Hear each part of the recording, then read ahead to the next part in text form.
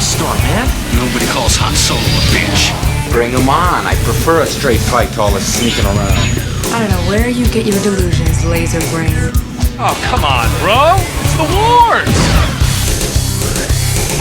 You know, it's absolutely refreshing to once again be able to kick my weekends off with brand new Star Wars. And then when I start a new work week, to have something new to talk to my friends about.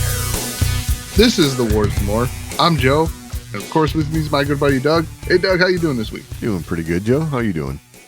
I'm not bad.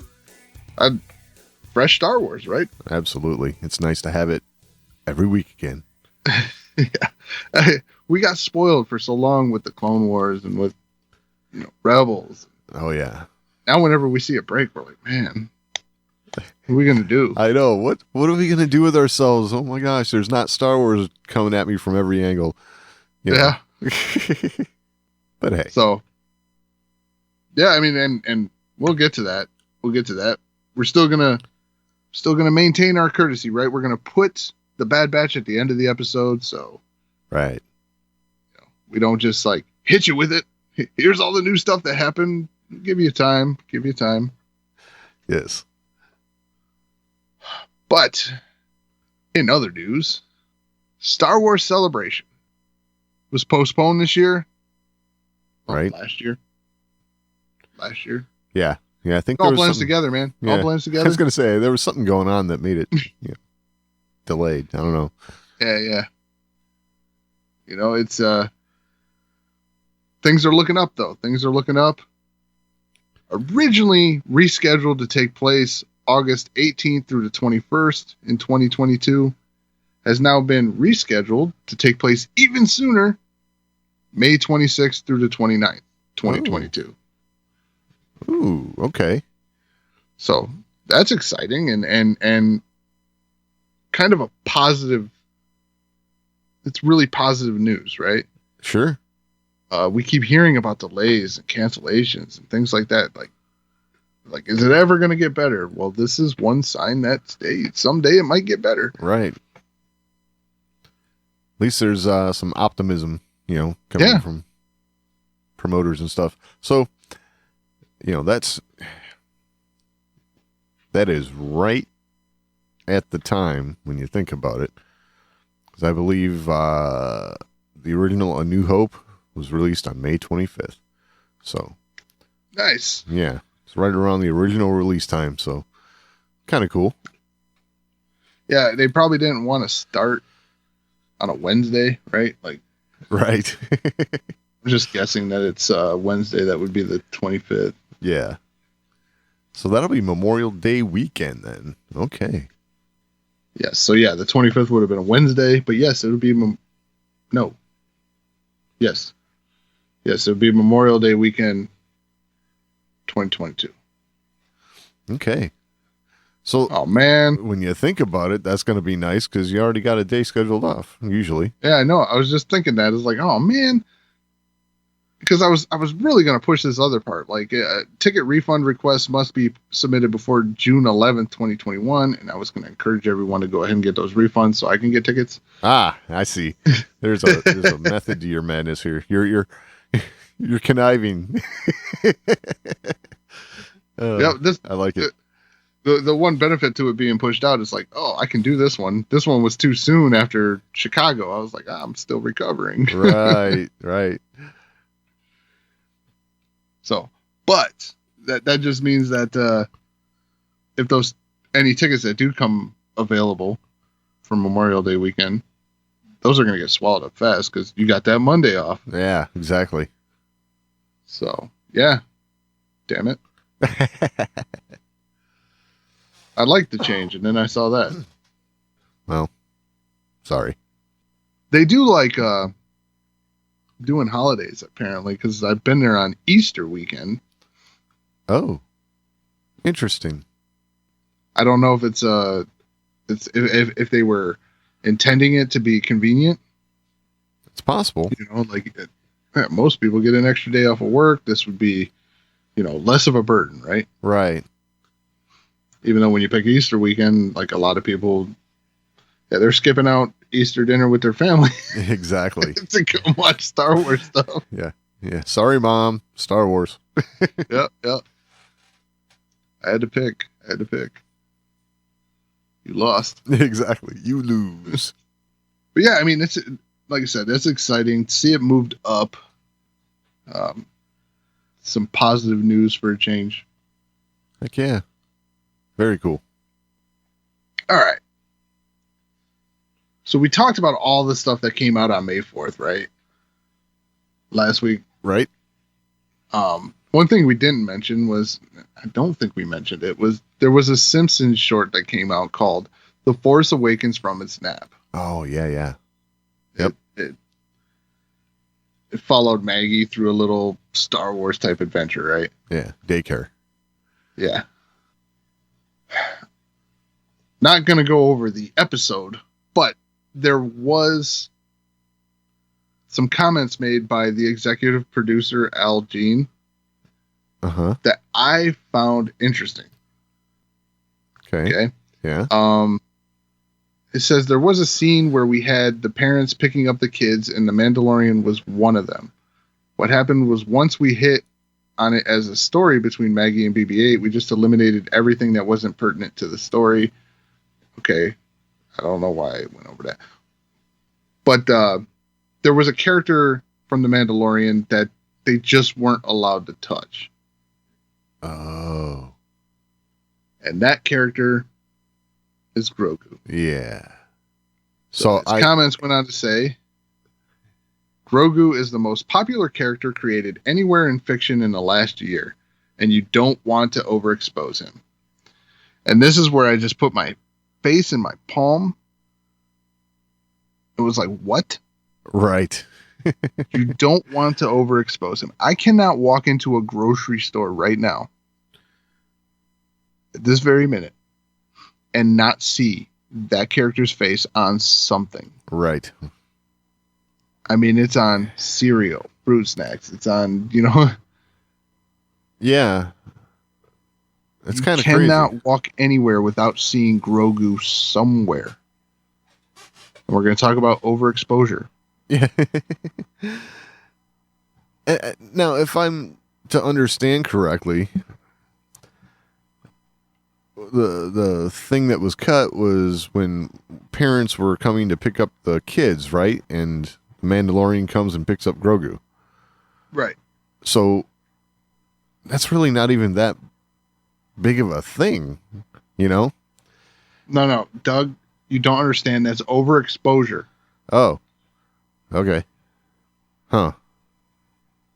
I don't get it.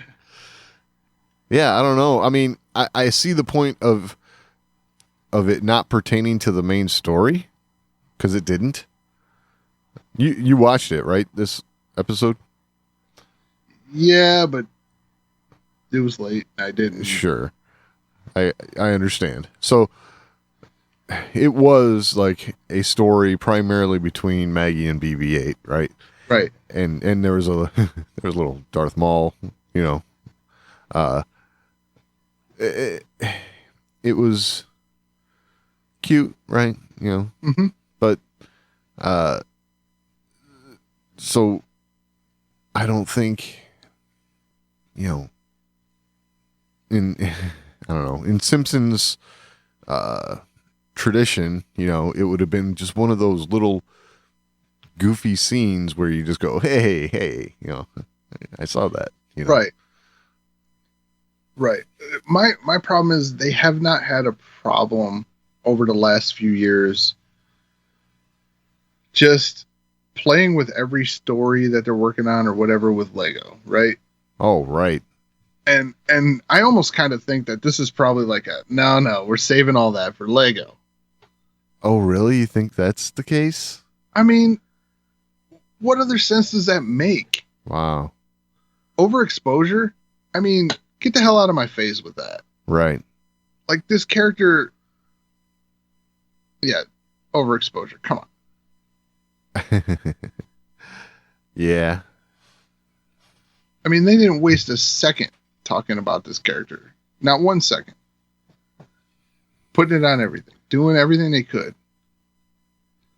I mean, is there some way that overexposure would like wreck the saga with Grogu? I just don't understand. It seemed like a character that was made to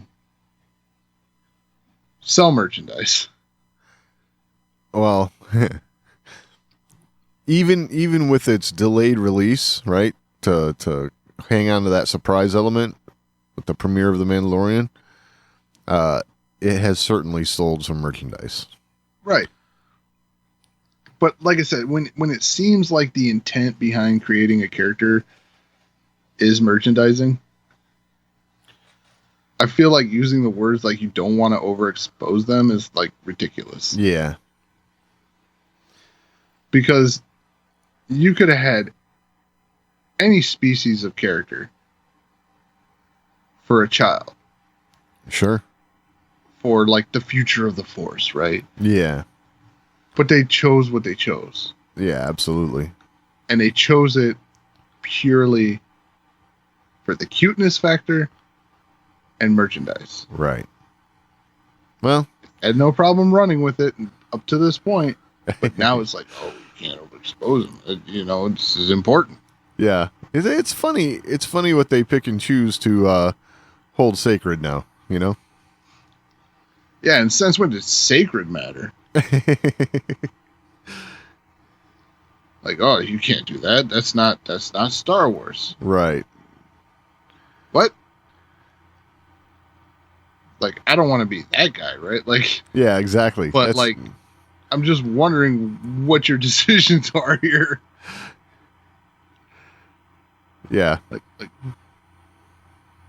it's either there's all these things that are sacred or nothing sacred. Like, pick one.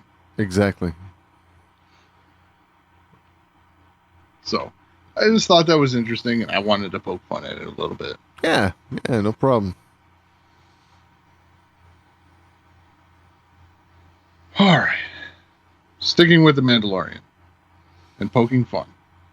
Okay. So, the For Your Consideration advertisement came out for the Emmys. Yeah, I saw this.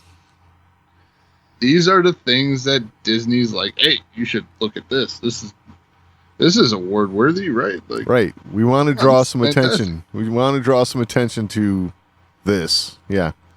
Right. So, like, I mean, you look at this list and you look down it, it's like, okay, lead actor Pedro Pascal makes sense, right? Right, Should of course. consider it. You know, supporting actor Giancarlo Esposito, absolutely. For sure. Tim Morrison, right Yep. on. Yep. Right on. It makes sense. Supporting actress Gina Carano. What? Disney. Lucasfilm. I don't remember the last time I saw someone get fired and be like, hey, they deserve an award. Exactly. Yeah. Yeah, no. They got fired. No more of their action figures. We were going to cancel their appearance on a different show. But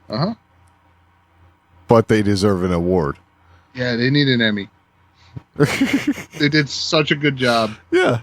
They need an Emmy. We don't want them anymore. You know, like yeah, she's not welcome here, but you should totally give her that award. Interesting. What the hell is wrong with you? Yeah. Well, I think they know how to, at least they're making an attempt here to, I don't know, squeeze every little last bit of anything they can get out of her appearance in The Mandalorian. Yep. This is, in my opinion, a shameless attempt at further promotion. Right.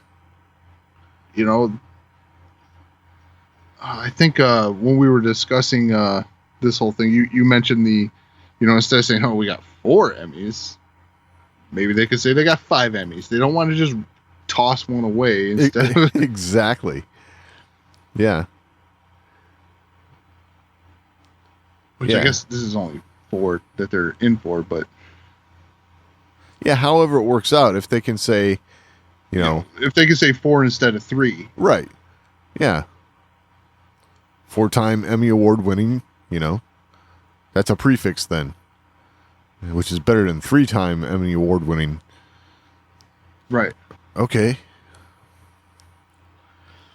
Yeah, she did her job so well, she deserves an award. But we had to get rid of her for something she did off screen. So I don't know. Fair. And if that's the choice you make, something you mentioned earlier was recast. Yeah. Recast. And I totally agree, because now you screwed up the storyline. And that choice was on you, Disney, Lucasfilm. Yeah, I mean, my hang up here, is 100%, you made this decision, right? This is not a person you want representing your company. Right. I'm pretty sure putting them on the forefront and recommending them for an award to stand out there in front of everybody representing your company to accept this thing. Exactly. What the hell are you thinking? Yeah. What? If this is for your virtues, right? You made this decision for your virtues, for your stance, right? This is how you feel as a company, and what she did not represent how you feel as a company. Right. Then this should not be a thing that we're looking at right now. Exactly. Potential dollars be damned. This is not how you feel. This is unacceptable. This is not the face of Disney. Right. But when it comes to potentially added promotion and adding an additional accolade, oh yeah, that's totally the face of Disney. Yeah, there goes your dollars be damned. Don't look over there. Yeah. I have to say,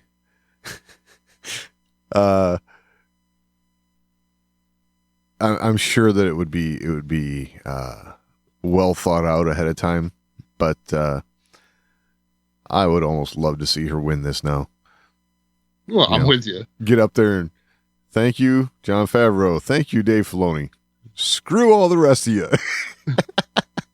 And then just, the storm in social media after that would just be hilarious to watch. I don't even think she'd need to say anything. No, I agree. She could just go up there and say thanks, and then social media still be like, that's true. I mean, I'm with you. I'm with you. I'd love to see her win this, just so they can see how dumb of a decision this was. Right. I mean, and you look at it, it's this is not even just a Disney thing or a Lucasfilm thing, right? This poster has Disney Plus big on the bottom. This is Disney putting their name on it. Absolutely. It was Disney, the one that says, "Oh no, we can't have this. This is not who we are." Right. By the way, trophies are nice. Yes, we like to have lots of Emmys. We need another one for our collection. I mean, this is like admitting your car has safety issues and then submitting your car for the safety award for the year, right? Yeah, kinda. Yeah, absolutely. I didn't think of it that way, but yeah, you're absolutely right. Look, we know our seatbelts don't work at all. Right. But other than that, it's perfectly safe. Yeah. If you don't crash, you don't need the seatbelts. And so, in a non-crash situation, our car is perfectly safe. Right. That's what they're doing here. I don't know. That might be taking it a little far because, crashes, I don't know. This, I guess it kind of resembles a dumpster fire. So, yeah. Okay. Exactly. Okay. I see the parallels now. Yeah. Look, it doesn't catch on fire if you don't put gas in it. Very true. Yep. Couldn't be safer. Yep. Totally safe. Just don't put gas in it. Ridiculous. Yeah, totally. Ridiculous and worth making fun of. For sure. So, all right. What do we want to do next here? What do we want to do next? Joel Edgerton, right? Yes. Owen Lars? Yes. Yes. He was making the rounds for the new Barry Jenkins limited series, The Underground Railroad. And of course, if you're a Star Wars actor, Star Wars always comes up, right? But now knowing that he's going to be in the Obi-Wan series, Star Wars is really going to come up. Which, I have to say, wasn't a whole lot to say about it, but, when asked about Obi-Wan, his quote is, "Well, if they give me 2 seconds, I'm going to turn it into 4. And that's about it. So, wow. So Screen Hog. I guess, I was thinking maybe he was just going to recite his lines very slowly. I'm not sure. It's, I get the idea. He wants to, make the most of his time in Star Wars, I guess. I don't know. But, yeah, I mean, I understand the sentiment, but yeah. I was just making a joke. Sure. But yeah. Because, I mean, I'm sure it would stand, if they're going to give me 4 minutes, I'm going to make it 5. Absolutely. And so on, and so on, and so on. Yeah. No, that was a good one, Joel. No, really, I can do it better. Just let me stay. Yeah. We're horrible. It's Star Wars, man. Yeah, exactly. I just hang out and watch. Yeah. No, get out of here. But yeah, I mean, Obi-Wan, that's going to be coming to the fore soon here, I think. They're shooting, and there's going to be a lot. There's already a lot of anticipation for it, but every little nugget we can get, we're going to be jumping all over for sure. Yep, and apparently look out for Owen Lars, who has a speech impediment that he overcame. What? Oh, yeah, gotcha. I was like, I thought the joke was pretty clear. No, Damn. Oh, I get it. Yeah, it took me a second. I'm a little slow tonight. Okay. Swing and a miss. Yep. I tried. I failed. There's always next time. Have something to add to the conversation? Or you just want to let us know how we're doing? Email us, show@thewarsandmore.com. That's the best place to get in on the action. But if social media is a little more to your liking, @TheWarsAndMore on Twitter is always a good place to interact with us. And we're also on Facebook, facebook.com/TheWarsAndMore. And of course, your portal to this and everything else, The Wars and More, is thewarsandmore.com. All right. If there's one person in Star Wars that we're all keeping an eye on right now, it's Ewan McGregor. Yes. Every time he speaks, we're listening. Absolutely. This time. Even though we know. I'm sorry. No, go ahead. Even though we know he has perfected lying. Yeah, that he has. Because he kept a good secret for a while. Yes. This time he was speaking on the Jimmy Kimmel show. So, he had a couple interesting things to say. Some things, kind of things that we've heard in the past. He's got his cookie cutter answers sometimes, but a couple things that kind of piqued my interest a little. So, as I say, we start off with one of those because it just caught my ear. What did it feel like to put the old costume back on? It was good. It feels great. I have to say, I'm having a really, really good time. The costume's probably slightly different, than you might expect. It's slightly different. I wonder what that means. Yeah, because, okay, slightly different. Okay, that makes sense. It was slightly different, but than we might expect. That's the part that gets you a little bit, because what we might expect would be, okay, something akin to his Revenge of the Sith, partial armor robes thing kicking, or full-on Ben Kenobi robes. We expect both of those. Could be either, but apparently it's neither. So, a little interesting there. I don't know.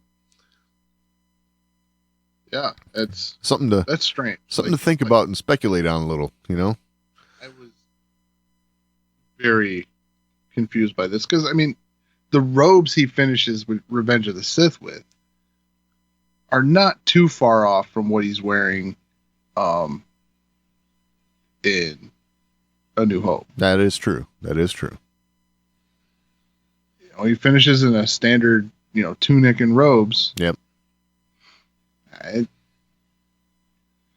don't really see much of a difference. It's different, sure. Yeah. But not by a lot. Right. Not by a lot. So he, like I said, he's got his standard answers for some things, and this is something he's touched on a little bit, but just revisit a little. But to go back into the role, shall we say, it's great. It's like it's all still there. It feels good. There's some great, it's great scripts and great people to work with, and it is great. I'm having a good time. And we got this new technology. We've got this, before we did this months of blue screen and green screen acting, and now we've got this extraordinary technology where we sort of work inside a big screen, and the backgrounds are on there, and so feels much more realistic. It's good. So it sounds like the volume is everything that he's been looking forward to, as far as working in. He was, coming up to filming. He was looking forward to it, and it sounds like he's really enjoying doing it. So. Yeah, and I can imagine that does feel that much better, right? Like, oh yeah, being in front of a blue screen or green screen, and then going to something where you actually see, your background scenery. Absolutely, everything's going on around you. Yeah, I feel like that would help, right? Oh, absolutely. You could totally get more, into the the whole vibe of the shot. It's, I don't know, not an actor, but I can only imagine it would help. Yeah. I'm not an actor, so that's why I think it would help, right? Exactly. So here is where I think Ewan maybe didn't get the memo. Is your dressing room bigger than Darth Vader's? I haven't been in his dressing room. Oh, interesting. So you're method. Yeah. Very method. We're both very method in that respect. But he also might not be in the show. You know what I mean? It might be that he doesn't have a dressing room. Well, wait a minute. We've been told that he's in the show. That was already announced. Did they not tell you what was announced? I don't know. I just get pages. I just get words to say. I don't even get to see it. Random words. I think they put them all together in the edit. I don't know what's happening. So, during shooting, apparently Ewan doesn't, get all the info on what we're being told and not told. So, yeah, we have heard that, Hayden's there, Yeah, I think he knew that, but like in the moment, he's like, oh shit, can I say that? It's possible. It is very possible that was the case. He's been so conditioned to lie. Like, right. He had that moment of doubt pop into his brain. He's like, oh, should I have said that or not? Yeah. Yeah. Yep. And the second, like someone like Kimmel acts like he heard new information there, right? Right. And I'm sure that triggers a reaction. Like, oh, did I say something you didn't know? Like, right. Yeah, that is funny. I just thought it was kind of hilarious that, kind of backpedaled that. I don't know. And he did a good job covering it up. Yeah, I just say words, man. Yeah. There's actually probably some truth to all that. Right. Like, yeah, I just say words. I think they put it together in the edit. I'm sure there's a little bit of that. Yeah, maybe. Yeah. Yeah, we're going to shoot 4 endings to this. You don't even know which one's the right one. Like, look, I know he's been good, but maybe he's been a little too good. Yeah, exactly. You got to expect to slip up. Let's just mix this one up a little bit. Right. Well, maybe this has something to do with that. Did you guys celebrate May the 4th last week on set? Yes. I had a very special, I got to play a very special scene on May the 4th. Oh. With someone very special in my life. And that's all I can tell you about it. But it was great. Wow. Is this someone special that we've seen you on camera with before? No. Never? Ooh, interesting. So. Is this special person related to you in some way? No, not necessarily. That's odd. So, this can only mean one thing. Uh-oh. You got the answer? He shot a scene with George Lucas. Oh, my God. I don't think so. I don't think so. But, that right there was probably put out there just to make us all say, oh, my God, who was it? Yeah, who is it? I got a feeling this was a distraction. This is something that,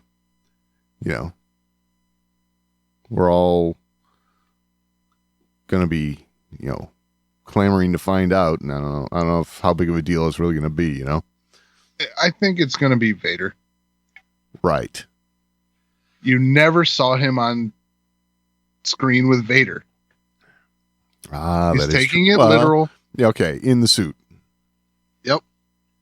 Even though it's Hayden, it was still Vader. Yeah. So you've never seen him on screen with Vader. You saw him on screen with Anakin. As Vader. Damn it. Well, just not in the suit. Pre-suit Vader. He never referred to him as Vader. No. He said, "You were the chosen one." Yeah. My brother. Yeah. Yeah. So good. I know. I just watched that last week. It was like, I don't know how people can hate on the prequels at all. I know. Like, Revenge of, like, whatever you think about the other ones, Revenge of the Sith redeems all of it. Oh, yeah. It wraps everything up so neatly. Yes.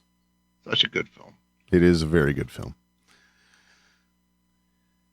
So that's my moment of, to the haters. Nice. I'm going to guess that's probably true too. May the 4th, Obi-Wan Vader. Yeah. That makes sense.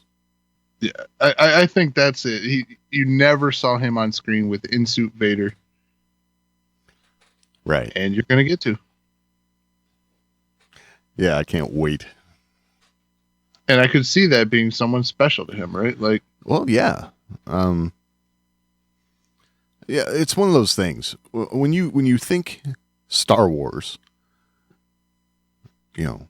certain images pop into your brain immediately. Vader's one, 3PO and R2 are another. Mhm. You know, and it's like, you know, these are the images of Star Wars that, you know, you can just put it up there. You don't have to say a word. Everyone knows. You know what I'm saying? So it's Yeah, I think, you know, when you think original trilogy, right? And I think you ask even before, like, I would say especially before the prequels, if you say the word Star Wars to someone, yep. Two images I think are iconic and pop in your head when you think Star Wars. One is the Stormtrooper. Sure. Yeah. It's just such an iconic look, and it screams Star Wars. Yep. You know, unmistakable. The other one is Vader. Yeah. Those are images that pop in your head. And like, I think in all honesty, for like the general public, the lightsaber is recognizable. The Jedi who wield them are not. Right.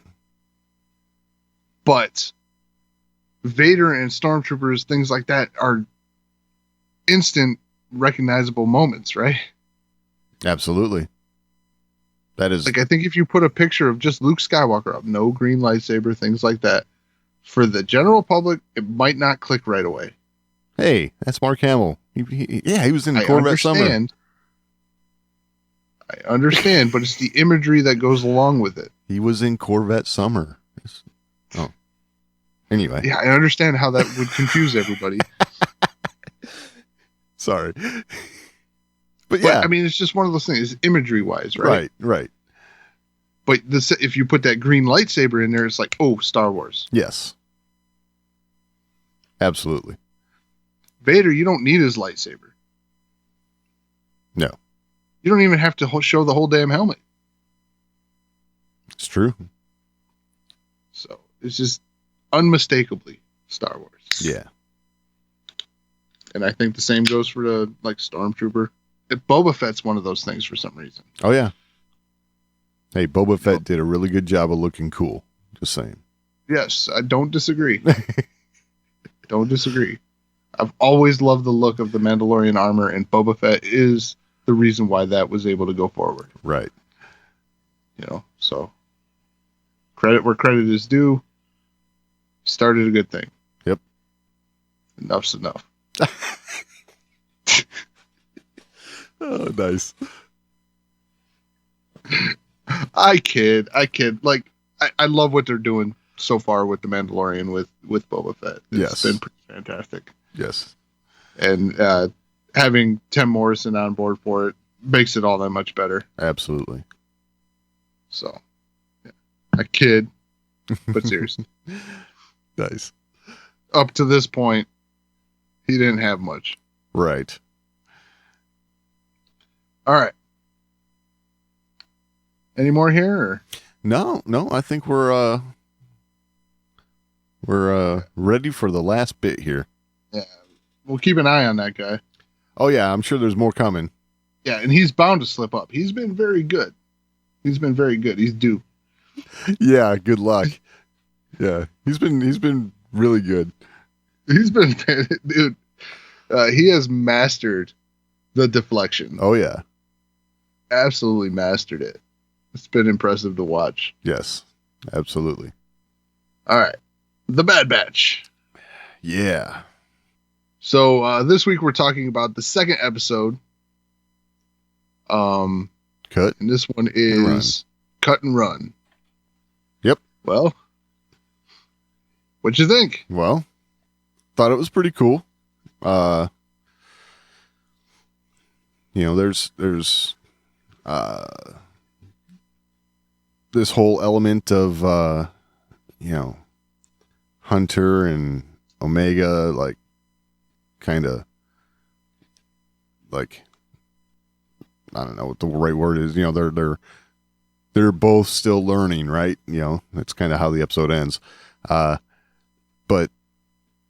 that whole aspect of it isn't the part that really grabbed me. It's I get it. It's part of, moving that story along, but I really liked looking at all of what you might consider to be the ancillary stuff, just what is this brand new empire doing to the citizenry with the flip of the switch, basically, Yeah, and the speed of the implementation of new policy for the empire. Yes. Yep. Turn in your useless credits and we'll give you the Empire Bitcoin and and your chain code. It's like that was one thing that really kind of got me. And it makes sense. Because when in government gets big enough, what do they want to do? They want to be able to track and monitor citizens. Well, I mean, it's funny because every society has a number somewhere that's assigned to its citizens. Sure. Like we have our social security number, yes. Things like that. Yes. There's always a number that's applied, but they do a really good job of making this seem really nefarious. Well, I mean, immediately this chain code, this number is required for interplanetary travel, Right. So,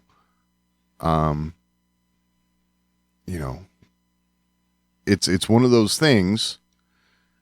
Again, Star Wars is so good at this, and it doesn't matter what side you come at it from. It just does such a good job at paralleling. We here in the United States, we have free travel between the states, right? Right. And it's analogous to how this interplanetary travel would be. It's like you could before, now you can't.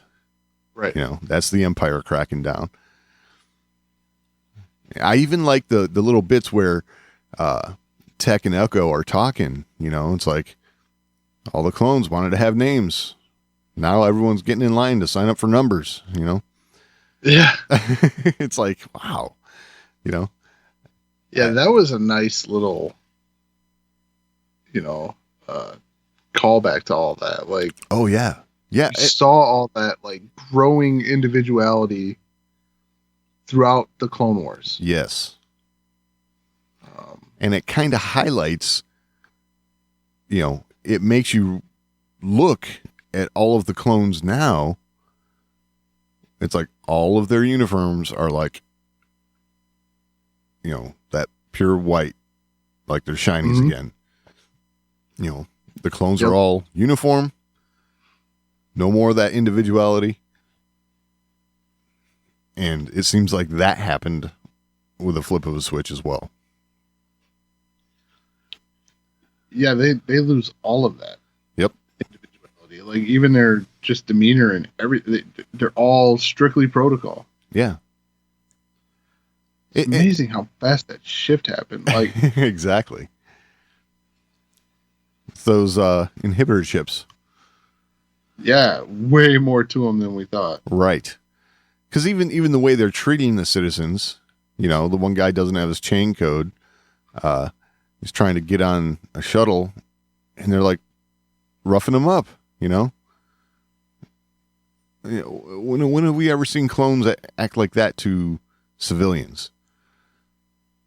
Never. I mean, I saw stormtroopers there. Exactly. I didn't see clones. Like right. It was a real weird sleight of hand thing. Yep. Because when I'm watching that scene, it's like wow, the way everything goes down, I'm seeing stormtroopers. Yes. I'm not seeing the clones, and you kind of like blink. It's like, oh wow, those are clones. Oh yeah.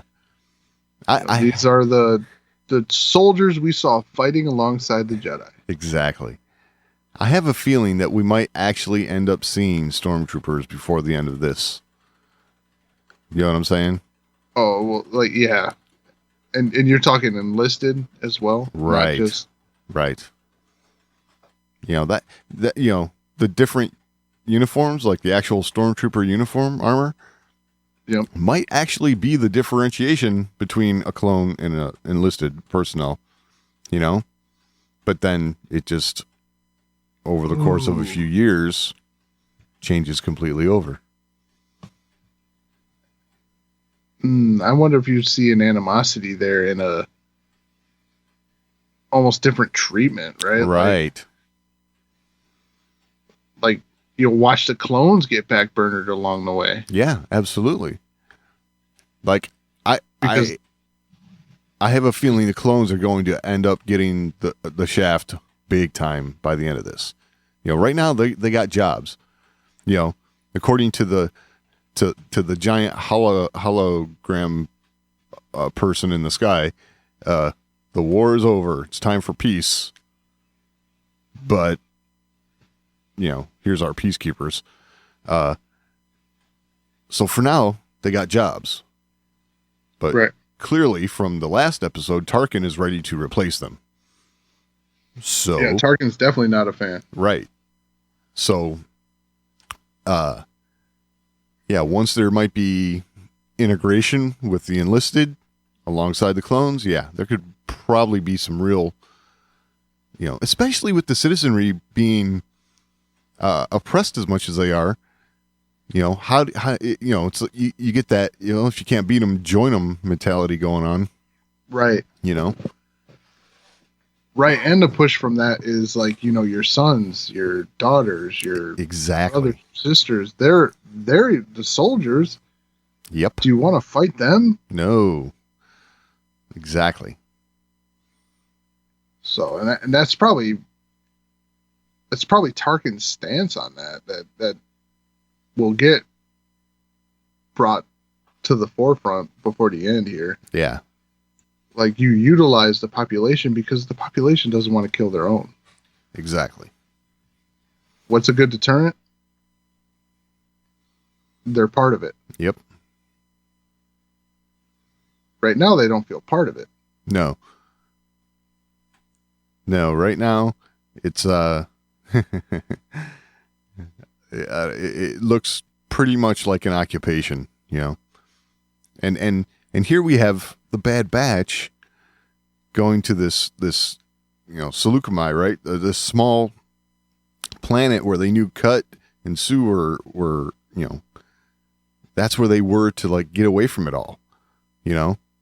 Yeah. And here in town, can't get away from it. Right. So there's a character I really enjoyed, which was Cut. Oh, yeah. Because here's a clone. Yep. Right? We've seen bred for warfare, bred to follow orders. Oh, yeah. Deserter. Yep. Bailed on following orders. And he answers a question that we had a while back. Which was? I know this is getting really deep into this kind of stuff, but could they reproduce? Oh, yeah. Because I believe it was with Dave Filoni's character in The Mandalorian. We were talking about his character's name is, you know, something Wolf, right? Right. And we were like, oh, could he be a descendant of Wolf? Oh, right. Yeah. It's like, well, can they even reproduce? Can they have children? Like, well, that question's answered. Right. Still doesn't make sense for Wolf because, you know, we saw where he was at. Yeah. But they can. Yeah. For appearance sake, they're just like every other human. Right. Just they age really fast. Yes. Which, nice touch on the gray streak in Cut's hair. That was cool.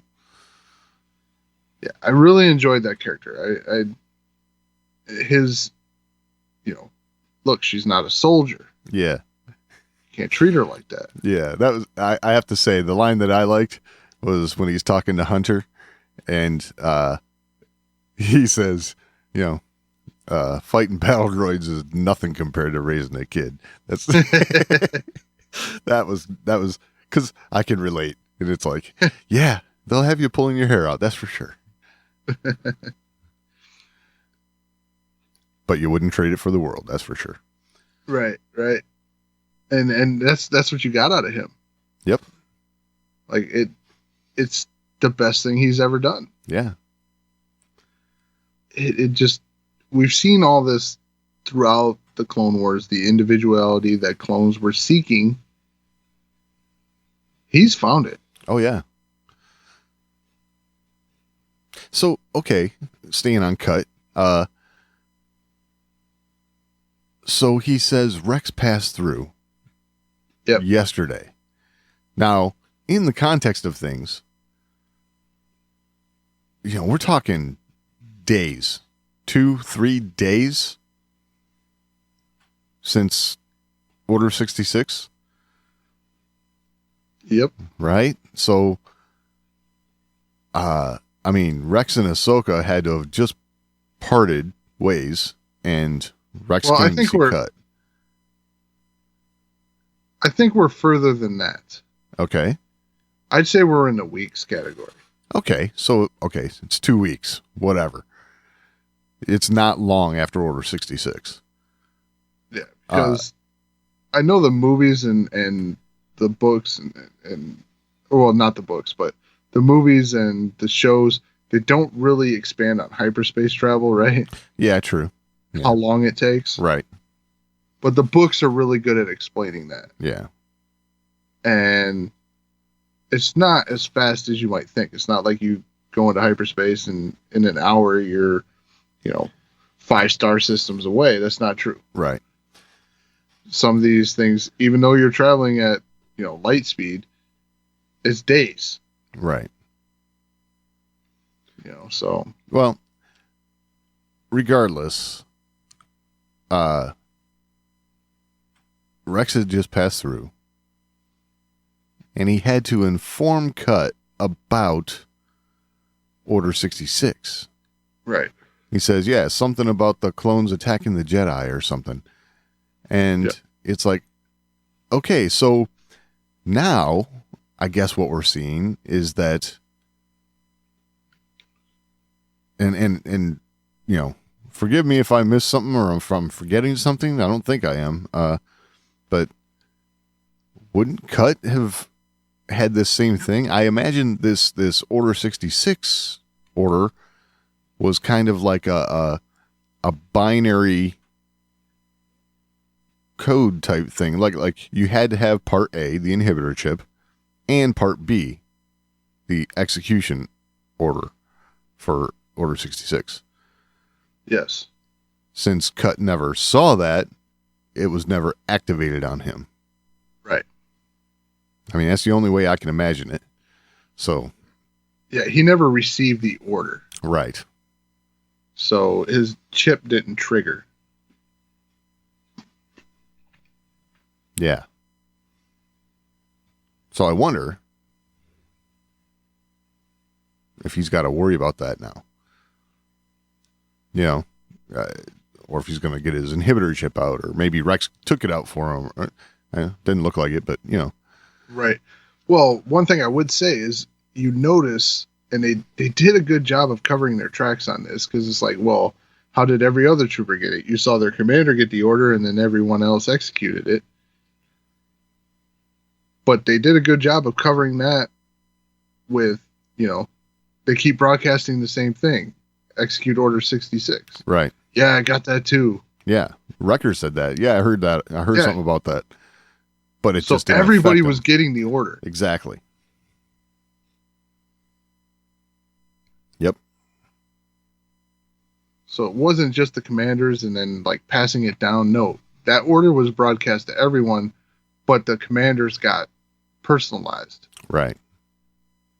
That makes it look like a legit order, Yeah.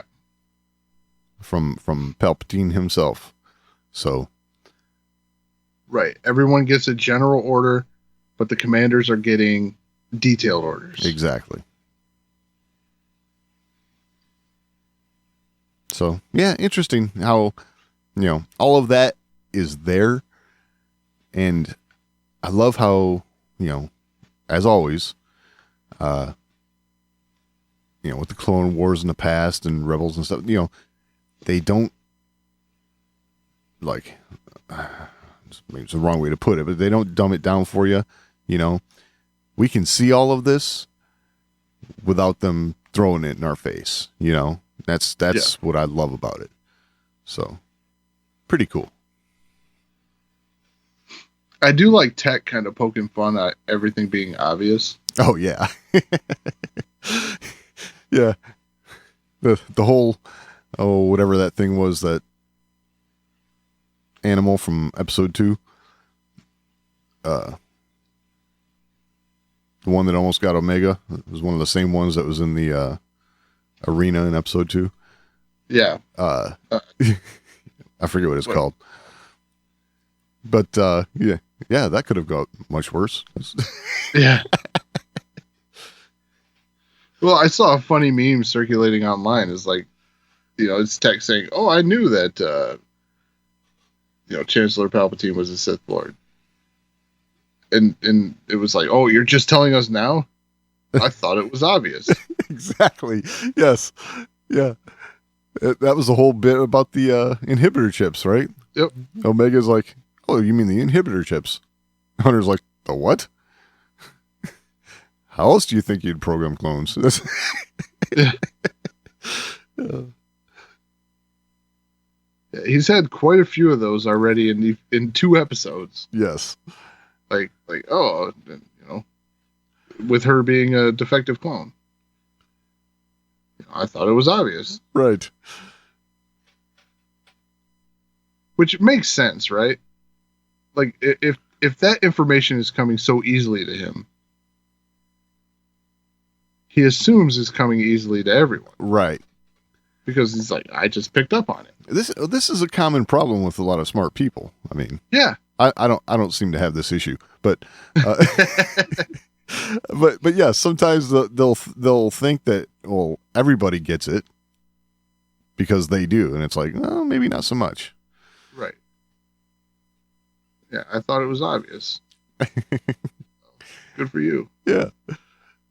I missed that one. Exactly. Okay.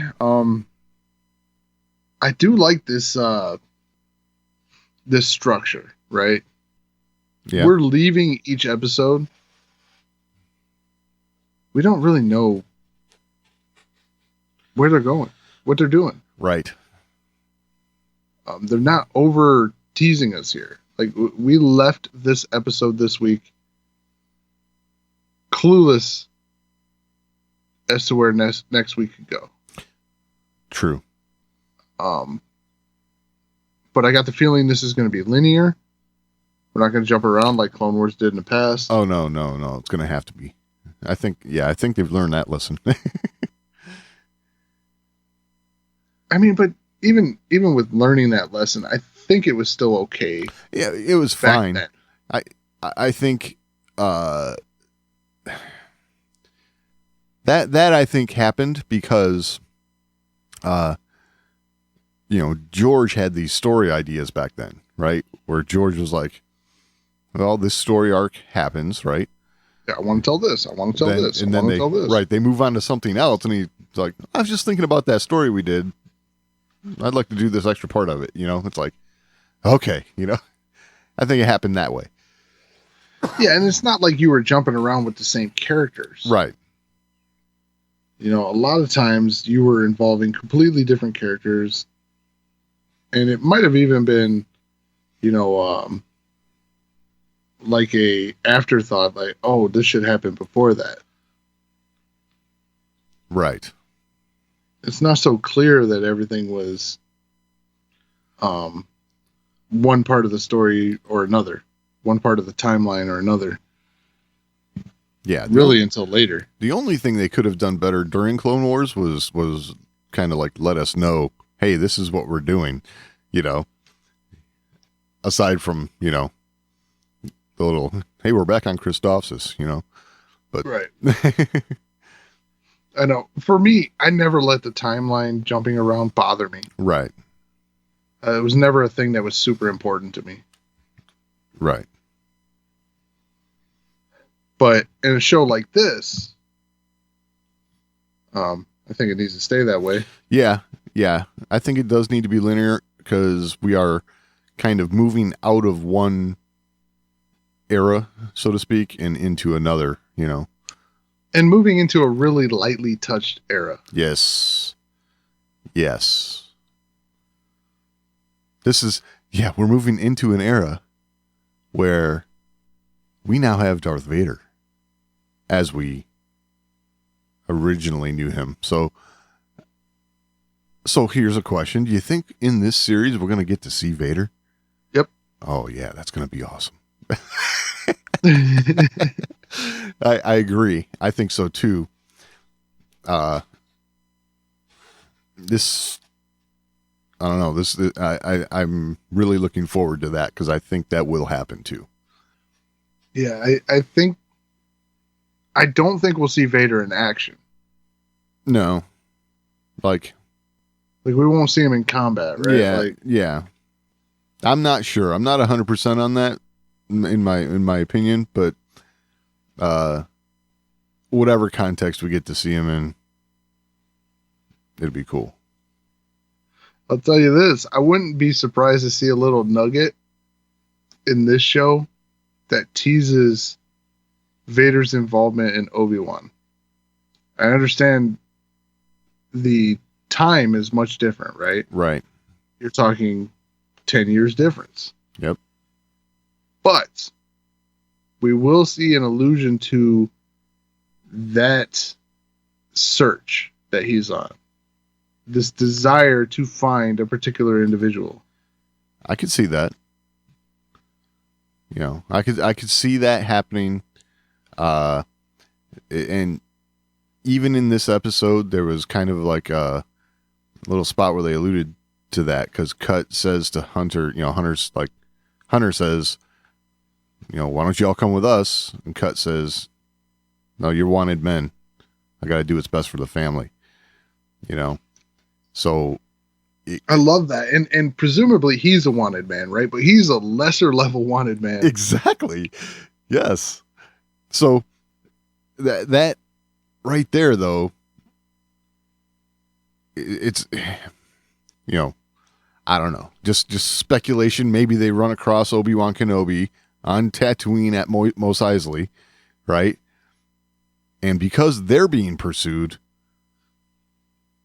there's a near miss of,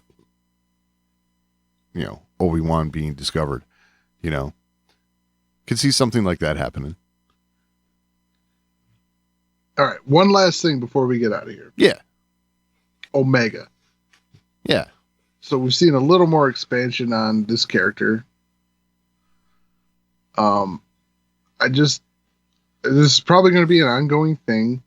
Just how do you feel about this character's development so far? Like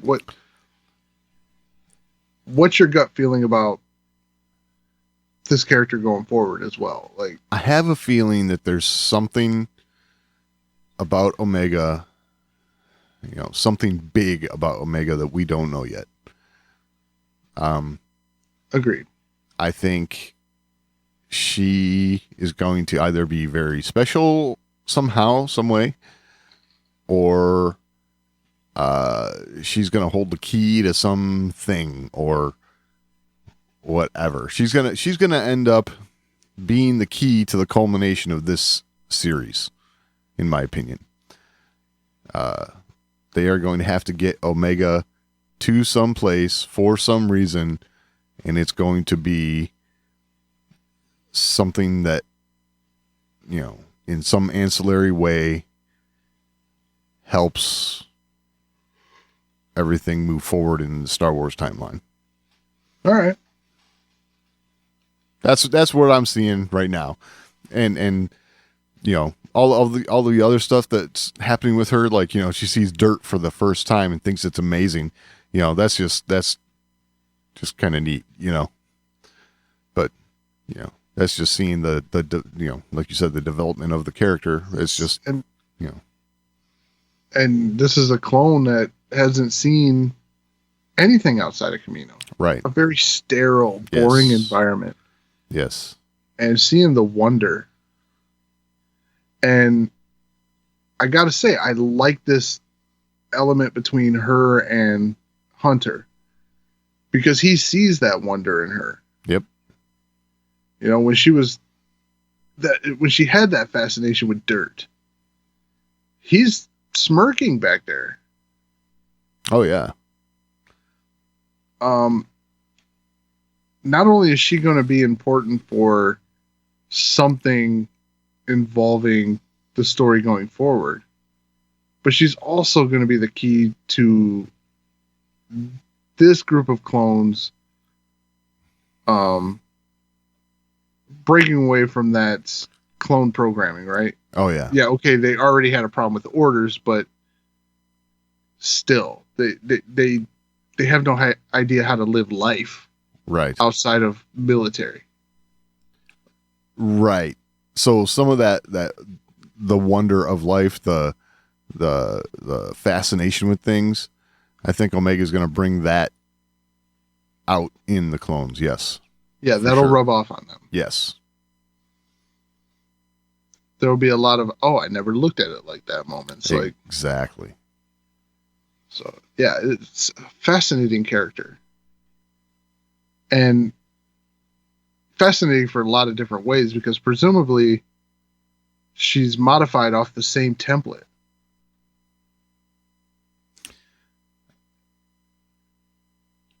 Presumably she's modified from a Jango Fett clone. We'd have to, that's a definite presumption. I don't know. I think they have the ability,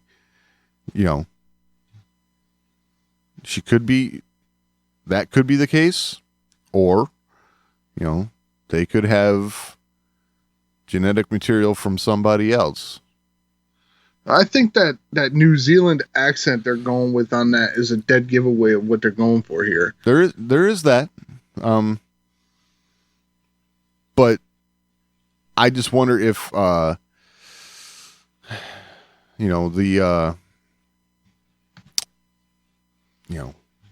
is it then that's going to make her special? You know what I'm saying? Like I was talking about earlier, how is she going to be the key to things? Because I believe she has to be for this series to kind of like work in the end. Here's the thought. Yeah. And this is going to be out of left field and it's going to sound completely crazy. Okay. Do you think she will have some force ability? Well, force ability, possibly. Do you think this is going to be, she's going to be the one that they were attempting force powers with? That's a definite And once again, I'm going to go back to this book, one of my favorite books, Darth Plagueis. Right. This is something that they were grilling the people from Camino, Kaminoans. Yeah, Kaminoans. Kaminoans, yeah. They were grilling them about.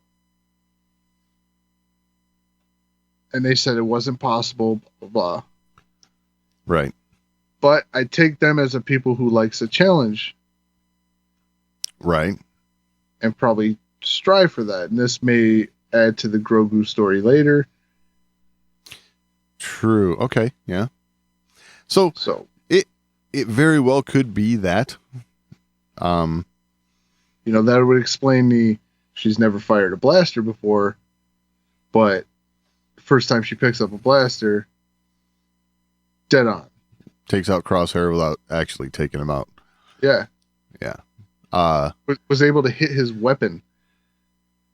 Yes. And had the foresight to say to him, I know what you're going to do. Please don't. Yeah, there's some Force stuff going on here. Yeah. Yeah.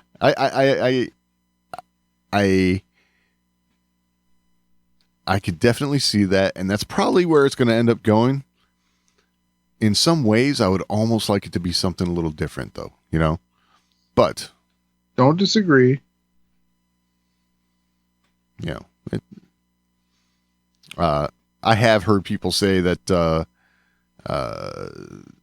you know, she could be,